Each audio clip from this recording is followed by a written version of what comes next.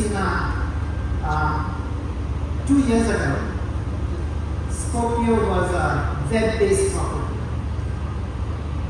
Given my mobile background, I somehow convinced Christina to go mobile.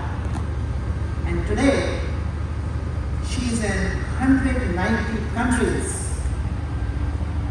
She has 400 million subscribers.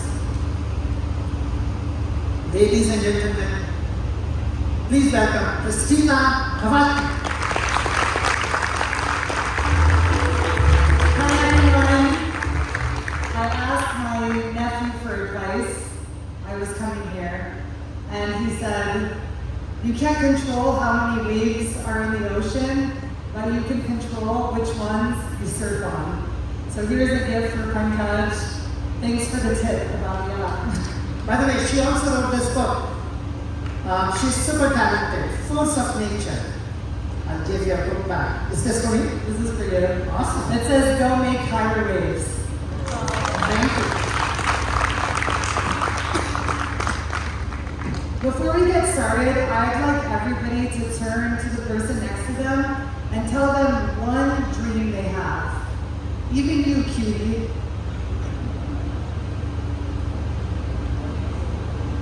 It could be that you want to make a job, you want to start a company, you want to get married, you want to have a baby.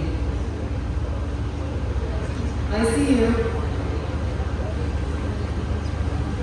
These dreams are only a fraction of what's happening on the internet. Welcome everybody to the decade of the creator. When I was younger, I used to go visit the computer and visit the internet. Then the internet started following us everywhere we go. So great inventions like Uber and Airbnb came and transformed the world. This decade is all about community and brand, but most importantly, it's about you. What do you care about? What do you want? What are your hopes? What are your dreams? Can you describe yourself to millions of people online? And if you think this doesn't pertain to you, you're wrong. The most respected people in our societies are needing to have a platform on social media. In fact, the younger generation trusts platforms like TikTok, which are banned in India, because they're so influential in changing your mind so easily. I was named top 10 influential women to look out for this month. My company has made Forbes 30 under 30, and I've spent a decade creating a platform for underdogs around the world to have access to share their hopes and dreams and to share the most valuable resource on the planet, our view, our images. As Pankaj said, 90% of us are already using AI. It's a part of our daily lives. And we are in the most creative generation in all of history. Our challenge is to really change the world's perceptions, bring us closer together, have connections with every single person on the planet, no matter where they are, through seeing. Seeing is believing, and now we can see every single corner of the planet through our smartphones. During COVID, I understood that Shakespeare wrote his best plays. And similarly, the bubonic plague took out half of Europe, even children. Afterwards, the world was so gloomy that the Renaissance opened up the world of creativity, a time where, even till today, we take our whole life savings just to go visit the Sistine Chapel and see Michelangelo's work, and Leonardo da Vinci. And guess what? A bigger time than that is happening now, right in front of us, in the creative revolution. It might not look the same, but years from now, we'll look back and see the creativity that has been sparked from this massive tragedy of our lifetime. Everybody in this room is a part of the 1%. The 99% are being left behind begging for connections, wanting to make a better life for themselves, figuring out how they can make money with this incredible resource and all the dreams they have inside. So where did this middle class go? And how hard it is to make some money? How many jobs do you need? How many skills do you need? That's what this mass is figuring out in this next generation. This is one incredible artist on our platform. She says, I went down an emotional spiral. I was feeling hopeless and lost in darkness.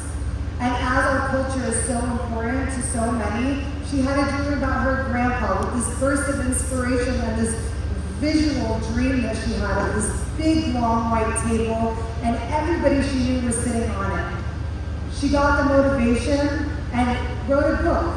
This artist has designed covers now of Disney movies through Scopio and have all of her dreams now activated with the talent that she has intrinsically.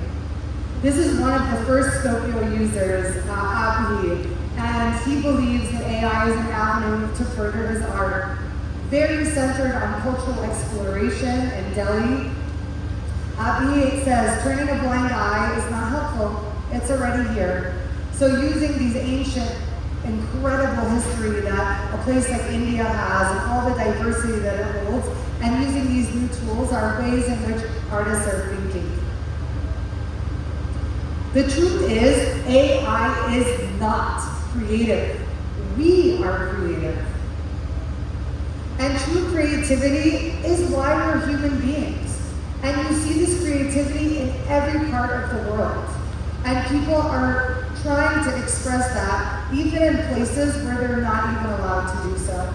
In fact, sometimes even posting a picture can get you killed. So, we have ChatGPT. Can it make me a millionaire? We have artists all around the world sitting, asking, is this idea worth it? I have this idea, but what should I do for the next 7 days? Can you give me a business plan? How do I get people to work for me? See, the smart people know, the ones that are able to get ahead, is that your ideas are great. How many people thought of a photo sharing app? Probably many.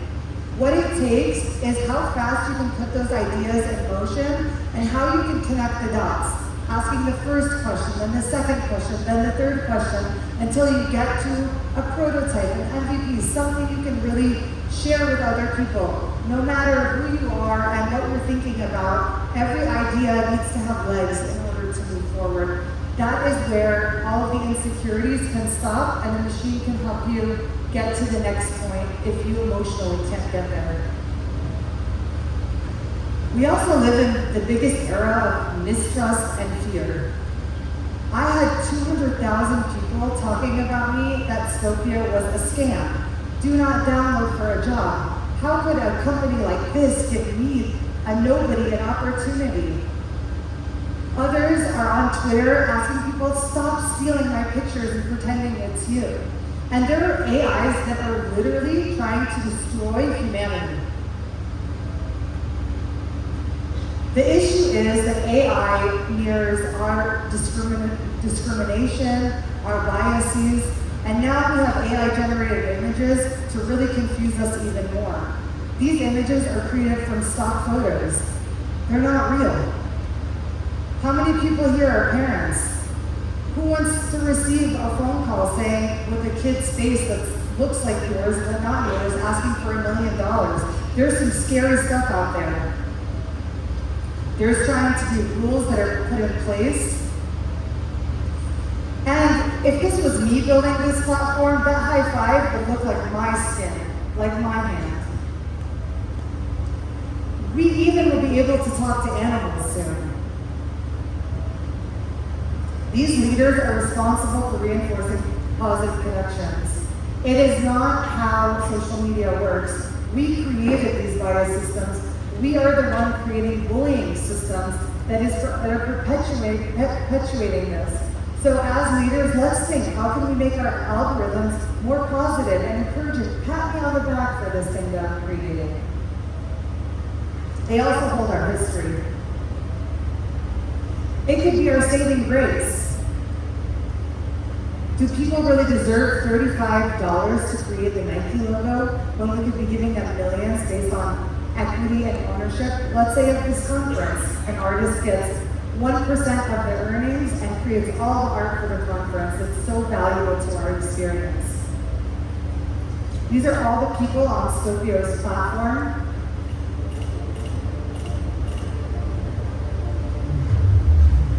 Creativity is everywhere.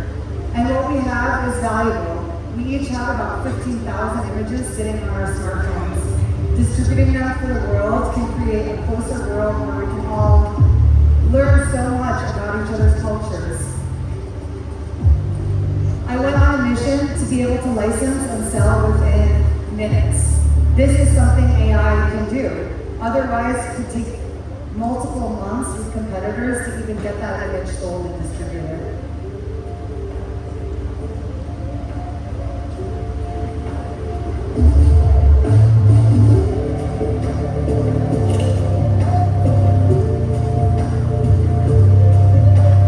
There are over 7,000 skills on Scopio. The visual arts are exploding, and every day there is a new skill set.